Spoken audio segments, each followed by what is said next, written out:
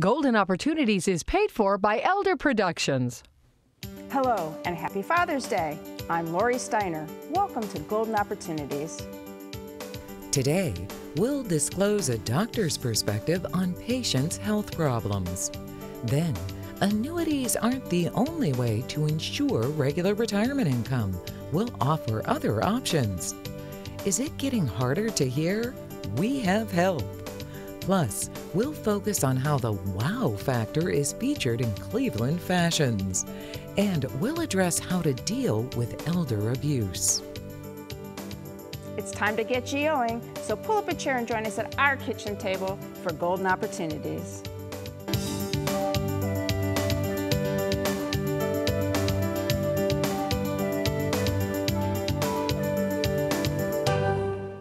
When it comes to taking care of yourself, make sure you don't fall for medical myths that may seem to make sense. Dr. Kimberly Chen is here to do a bit of medical myth busting for your health's sake.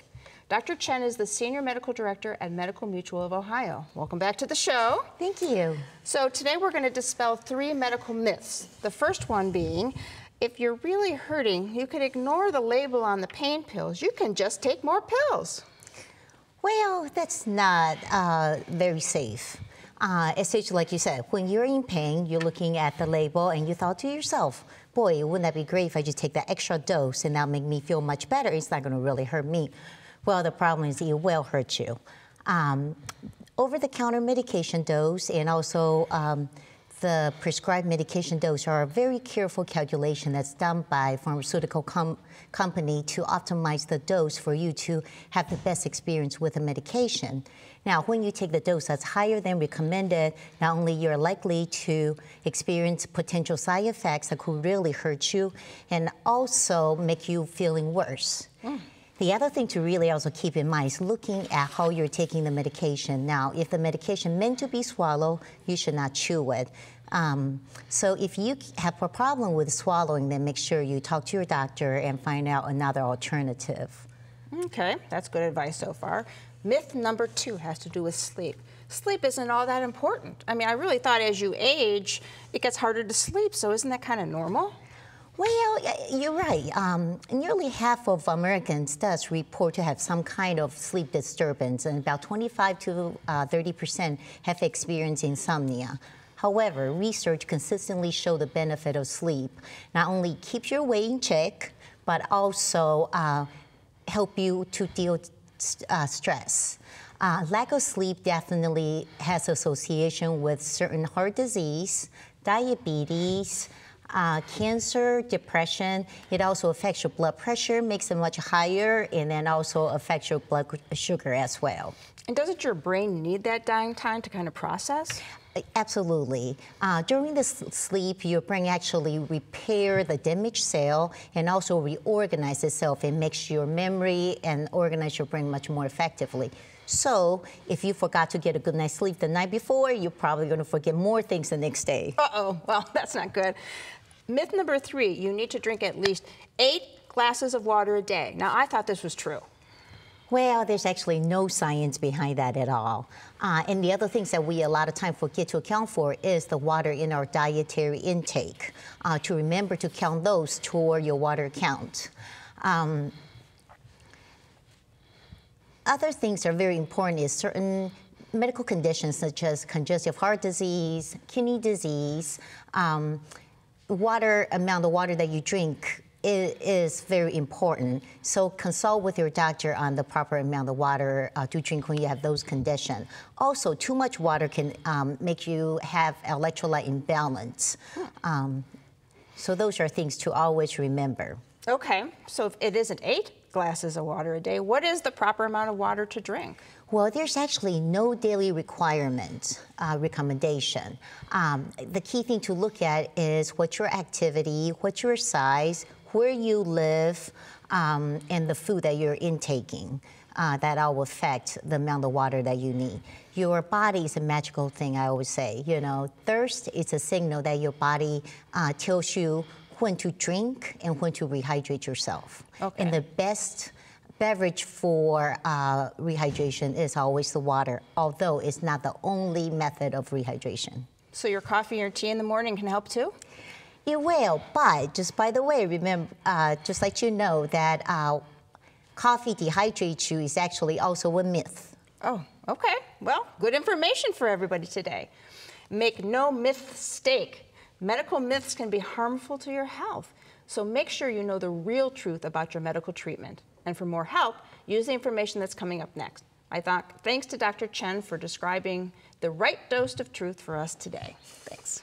Thanks. Learn more about Medical Mutual of Ohio by calling 1-844-606-5387 or visit www.medmutual.com/go. Next, a steady retirement income. But first, on this Father's Day, can you name the dad who delivered a series of stories based on a stuffed bear?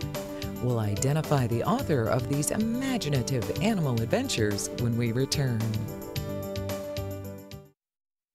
Right now, the trusted experts of University Hospital's Seidman Cancer Center and the most advanced cancer-fighting technologies are in 17 community locations. That's leading-edge care, where you're most comfortable. That's UH Seidman Cancer Center. Right now, proton therapy, a revolutionary treatment for many types of cancer, is available for the first time in Ohio, and only at University Hospital's Seidman Cancer Center. That's the future of cancer care. That's UH Seidman Cancer Center. A.A. Milne was inspired to write Winnie the Pooh thanks to the teddy bear his son, Christopher Robin, received on his first birthday. The stories also honored father-son visits to the zoo, where a bear named Winnie just happened to be Christopher's favorite. When you retire, your regular paycheck retires with you, but you still need some consistent income to afford your expenses. Jim Lineweaver is here with a variety of options to increase that retirement income. Jim is a certified financial planner professional with the Lineweaver Financial Group. So welcome back to the show. Thanks for having me. Now, usually when we think of a regular income stream during retirement, that's oftentimes an annuity. It can be. Annuities have really been promoted out there to help people through retirement. So they can be good accumulation vehicles, and depending on how they're structured, it may or may not suit you for your retirement income needs. But where some people get mixed up with annuities is that, let's say you have $500,000 in a fixed annuity, and it's paying you, say, 4 or 5%, and you're taking that as income. And that's fine. It may meet your needs today. But what a lot of people forget is in 10 years with inflation, is it still going to keep up with demand of buying cars and food and everything else that you need to do? So let's say you had $500,000 in the annuity. In 10 years, even at a 3% inflation rate, in 10 years, it'll only really be worth about $350,000 in purchasing power. So you just have to be careful how you structure that. Okay, and so you have options other than annuities for steady income. I do, because you don't want to put all your eggs in one basket. So one of the other options is you can buy dividend-producing stocks. And this is where you want to stick with good quality companies that are paying good dividends and have a good track record or history of paying. But you can get these on a monthly or quarterly basis. And the nice thing about that is over time, you know, as you get the dividends, a lot of times the companies increase their dividends over time. But also you have a little ability maybe for inflation over time if that underlying stock does well. Now you might be taking on more risk, so you always have to balance your risk reward, but it might be a way to get a good dividend and help stay ahead of inflation with the purchasing power over time. Okie dokie. So another option you mentioned is a real estate investment trust. Yes. I hope we don't have to buy houses here. No, you don't have to learn how to become a plumber and do all the fixing and all that kind of stuff. If you want to, you could, but otherwise, this is a passive approach to real estate. Because a lot of people think when they design a portfolio, people should have a little bit of real estate in there, whatever everybody's comfort level is. But this is a way, if you leave it to professionals, either through a publicly traded, say, stock or mutual fund, or maybe even a private real estate investment trust, if you qualify for your accredited investor, you can have the income that's generated off that. And sometimes it comes with a little tax break. There might be a little bit of depreciation that's normally passed through on that, but all real estate investment trusts are not created equally. So you really got to do your research to make sure your risk is matching your reward and what you're trying to accomplish on the income side. Okay. One other option you mentioned is a bond ladder. What is that? Yes, yeah. We don't have to get on the roof or anything like that. So, but it is laddering bonds, meaning that people are worried about bonds in a rising interest rate environment like we're in now. Matter of fact, in June, they may rise again. So what ends up happening is that you can ladder individual corporate bonds and buy them like one with a 1-year maturity and a 2-year and 3-year, 4-year, 5-year. And then what ends up happening is not only do you have income coming in off of all those bonds, but the one that's going to be out there maybe 2 years, then what can end up happening is then when that matures, just roll it into another 5-year bond. So you're going to then get, obviously, hopefully a higher interest rate for that bond at that time than you would be today. And it automatically rotates. You have steady income, and you'll take advantage of the rising interest rate environment. You will not be penalized for it. Okay, good. You have one more income alternative. I do. Now, this is if we catch people early enough. What ends up happening is certain life insurance provides an ability, if you overfund it, to get tax-deferred growth. And then if it's structured properly, you can actually get tax-free income out. So a lot of times you'll see this in the corporate executive world, you see it in the deferred comp world, and if people are healthy enough and catch them early enough to get some accumulation ability inside there, that can be another diversification tool as well. Wow, good thing there's options for income. There plenty are. Thank you. These annuity income alternatives can have a positive impact on your retirement paydays. To learn more or for a no obligation analysis of your retirement income, give Jim a call. His number's next. For more information, call the Lineweaver Financial Group at 1-888-313-4009 or click to www.lineweaver.net. Next, now hear this. Looking for places to go, things to do? Welcome to our community calendar. You're getting married again. Congratulations! But before you say I do, say yes to attending a free seminar on the legal and financial implications for second marriages. Attorney Mike Solomon from the law firm of Solomon, Steiner & Peck will be presenting this important information Tuesday, June 27th at 6 p.m. at University Hospital's Ahuja Medical Center. Seating is limited, so call 216-285-4069 to register. Do you find yourself tuning up the TV so you can hear it better? Or are you asking others to repeat what they've just said? If so, you may need help with your hearing. Dr. Sarah Mowry has joined us in the UH Broadcast Center to address hearing issues. Dr. Mowry is an ear, nose, and throat specialist with University Hospitals who specializes in hearing and balance disorders. So welcome to our show. Thank you for having me. Is hearing loss just inevitable as we age? No, not necessarily. There are definitely patients who don't have any hearing loss into their 80s and even their 90s.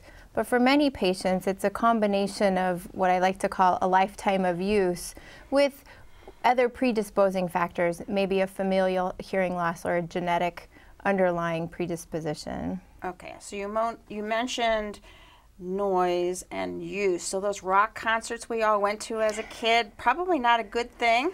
Well, it certainly doesn't help. And many patients will describe having ringing in their ears after leaving a loud concert or a place where there's a lot of noise. And that ringing in the ears is a sign of some underlying damage that can happen in the hearing organ.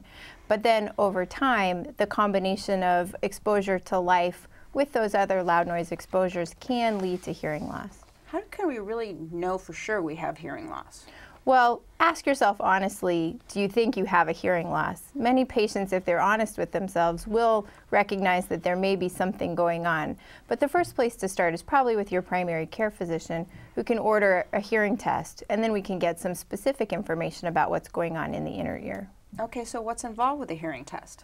Well, you would go to see a licensed audiologist, and we can test the ability of the sound to be transmitted to the inner ear, and that involves testing the eardrum and the ear bones, but then we also test the ability of the inner ear to convert that sound energy into an impulse that goes back to your brain. So we test two different parts of hearing. And so there are two different tests that you're sitting there going through. Correct, yes. One is whether you hear it or not, and one is whether you understand it or not. Yes, the inner ear plays two different roles. So not only do we hear the sounds or the tones, which, as you may remember as a kid in school, getting your hearing tested and pushing the button, but we also test the ability of the inner ear to discriminate what those sounds mean. So some patients will have the ability to hear sound but not understand what that sound means. Oh, okay. So if the tests do show that there's hearing loss, what's the next step? Well, the next step would be to talk to your audiologist about what would be the appropriate management. For many patients with an inner ear hearing loss, the appropriate treatment for that would be some amplification or making the sound louder with a set of hearing aids to help you be able to hear when people are talking. What about if it's the other kind? Well, the ability to understand words, unfortunately, is not always treated effectively with a hearing aid, but we need to make sure that you can, in fact, hear the sound. So for most patients, that is still the appropriate treatment, is to use a traditional hearing aid system. Okay, are hearing aids all pretty much the same? No, that's a great question. There's a lot of different technology, and the technology has improved significantly over the last 10 to 15 years. I don't pretend to be a hearing aid expert because that technology is always changing, but talking with the audiologist, you can decide which levels of technology and which bells and whistles would help the most in your specific listening situation. Okay, so there's help. That's a good thing to know. Absolutely. If people keep saying, "Can you hear me now?" then now might be the time to get your hearing checked. Follow Dr. Mowry's advice and see your primary care physician to start the process. My thanks to Dr. Mowry for giving great information that we all heard, I think, loud and clear. Learn more by calling the Center for Lifelong Health at University Hospitals at 1-844-312-LIFE. That's 5433. Or visit their website, www.uhhospitals.org/lifelonghealth. Up next, In with the Bold. It's time to get up and go, an exercise segment on golden opportunities. Hey everybody, it's Mike Carbon from Breakout Fitness, and today we're going to show you how to work the biceps and the back muscles by doing a seated row exercise utilizing our exercise band, okay? Ready to go? Let's do it. this. So we're going to start seated in a chair. We want our heels out in front of us with our toes pointed towards the ceiling. We're going to place the band around the arch of the foot. And once we're there, we can go ahead crisscross the handles just to make sure the band stays in place. Make sure you maintain a good posture. Pull your fists into your chest and squeeze your shoulder blades. Okay, exhale with exertion and inhale as your body rests. So squeeze the shoulder blades, fists out in front of you, 12 to 15. How you feeling? Oh, feels great. Not too bad. All right, everybody, 2 to 3 sets. And now it's your turn to get up and go. For your copy of the exercise booklet, send $1 for postage to Golden Opportunities, 6105 Parkland Boulevard, Suite 140, Mayfield Heights, Ohio, 44124. There's a fashion exhibit in town that is making people say, wow. Patty Edmondson is here to address the details. Patty is the curator of costume and textiles at the Western Reserve Historical Society. So welcome to our show. Thanks for having me. So I've got the program here. The title of the exhibit is Wow Factor, 150 Years of Collecting Bold Clothes. So where did all these bold clothes come from? Well, we're celebrating our 150th anniversary, and so we're lucky to have a collection that spans that many years. So most of the clothes come from our costume and textile collection, but we've also got some loans from local designers for the show. Wow, okay. It is being held in what part of? Oh, so it's at the Western Reserve Historical Society. Our costume gallery is called the Chisholm Halley Costume Wing. So we have the garments and accessories, almost 100 objects on display there. Amazing, amazing. Now we know the Halley name. For sure, with Halley Brothers. And 100 items, that's a lot of bold choices that people made. So how did you choose what actually was put into the exhibit? Well, my first requirement was that it had to make me say wow, and I hope that it makes all of our visitors say wow too. And then I wanted things to come from Cleveland when they could, and to be able to tell a good story too. Okay, and you've got categories that you were picking from, right? What are those 4 categories? Sure, so in the main gallery, the garments are divided aesthetically into different categories. One is called effervescence, and that kind of highlights sequins, shiny things, lame. Then we have confidence, which is about bold color. And we have whimsy, which whimsical items. One of the dresses has cat faces printed all over it. And then romance, so delicate fabrics and things like that. And each of the dresses that you have displayed has a story, so can you tell us about a few of them? Sure. My favorite story is about a woman named Ada Watterson Yerkes, and I first saw her dress because it really stood out in storage because it's bright red and all red. She's a really special person to me because she got her PhD all before 1900, which was pretty rare for women at the time. Oh, absolutely. And she taught at Columbia, and then she married another zoologist, that was her field. And they published a book about primates together. She wrote articles, and so I think she was really remarkable for her time. Yeah, and that red dress made her stand out even more, I bet. Definitely. Do you have another favorite story and style you can share? I do. So pictures don't do it justice, but when you come to the gallery, you will see one of the most sparkly dresses that I've ever seen. It was worn by Helen Cherry, and she wore it for her debut in 1973. But it was special to her because it was given to her by her step-grandmother, who was May Allison. She was a silent screen star. And so the dress was altered for Helen's coming out, and we've got a photo of her wearing it, so it's a special story there. All right, so how long is the WOW exhibit going to be there? Well, we're open now, and people can come through the whole next year. So April 22nd, 2018 is our closing date. And we've got a lot of things going on at the museum, so the admission is included with general admission. And you know, you can ride the carousel and visit the Crawford collection, the cars, too. All right. And you're going to be back later in the year, right, talking about an addition that's going to be made. That's right. So the Western Reserve Historical Society has rebranded our headquarters as the Cleveland History Center. And we are opening a new gallery at the end of 2017, hopefully around November. That's called Cleveland Starts Here, and it's all about the history of Cleveland, which we tell, you know, at our museum, but this is a real focus on our city. All right. Thanks for the great information. Thank you. So, bold, forward fashion styles, along with fascinating personal backstories, are sure to make every visitor to the Wow Factor exhibit say, wow. My thanks to Patty Edmondson for previewing a few pieces for us today. Find out more by calling Western Reserve Historical Society at 216-721-5722 or visit www.wrhs.org. Next, ending elder abuse.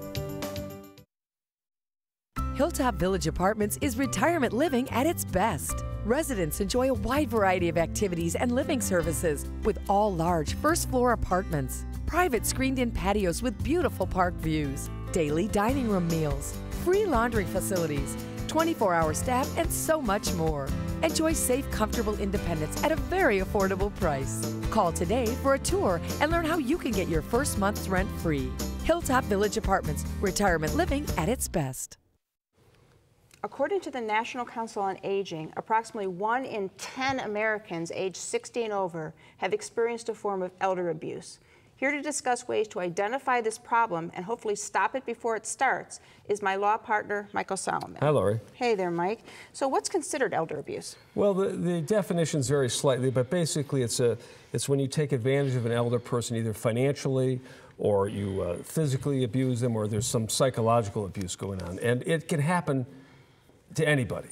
Okay, it's not just elders, but it's everybody. Can you give us a few risk factors associated with elder abuse? Yes, sure. Number one, as people advance in age, they may have diminished capacity. That's ripe for being abused. If they start relying more heavily on other people, again, they can be taken advantage of. You know, if someone just stays at their home and isolates themselves, that's another opportunity for elder abuse.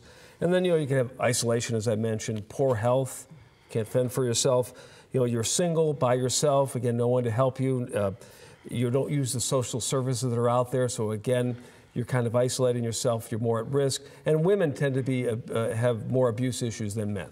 What are signs of abuse that we could, you know, be looking for? Well, you know, there's several signs. So for physical abuse, you know, it's obvious. If you see someone with bruises or broken bones, that's obviously a sign.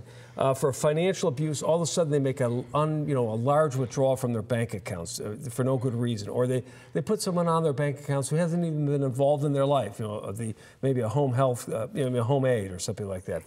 That can show you. Emotional abuse, they might start getting tense. They start withdrawing from all their activities. They start using harsh language with you for no good reason.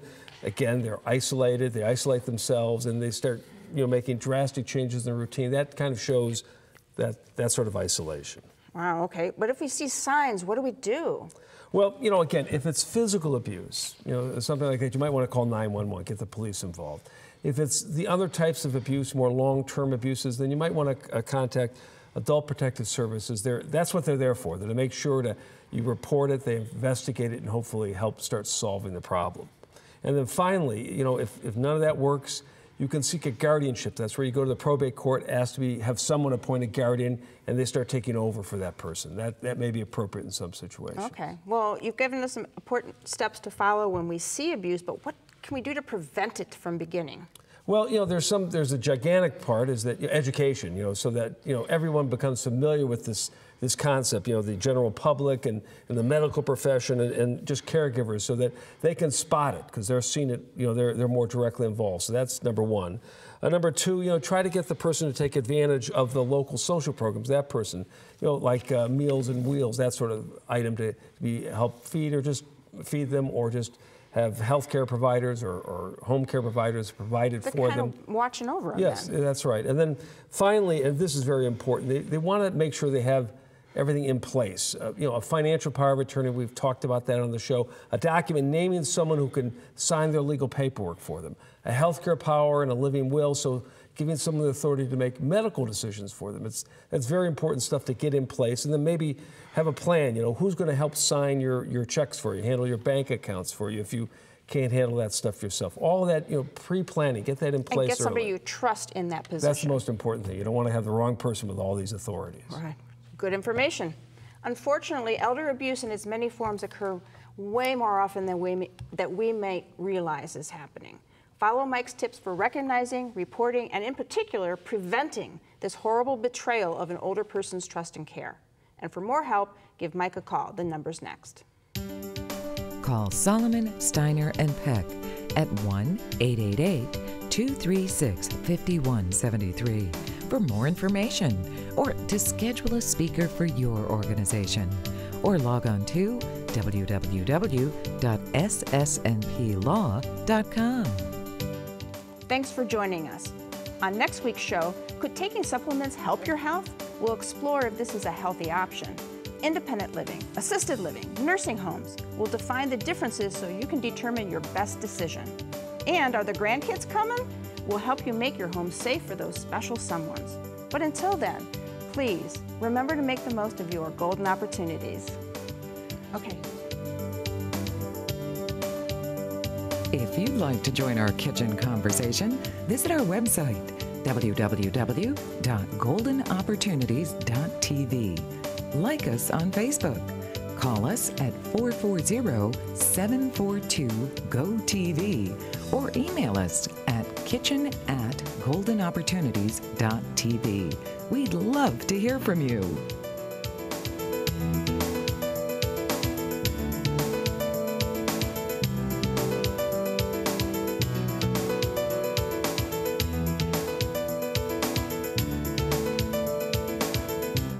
Golden Opportunities is paid for by Elder Productions.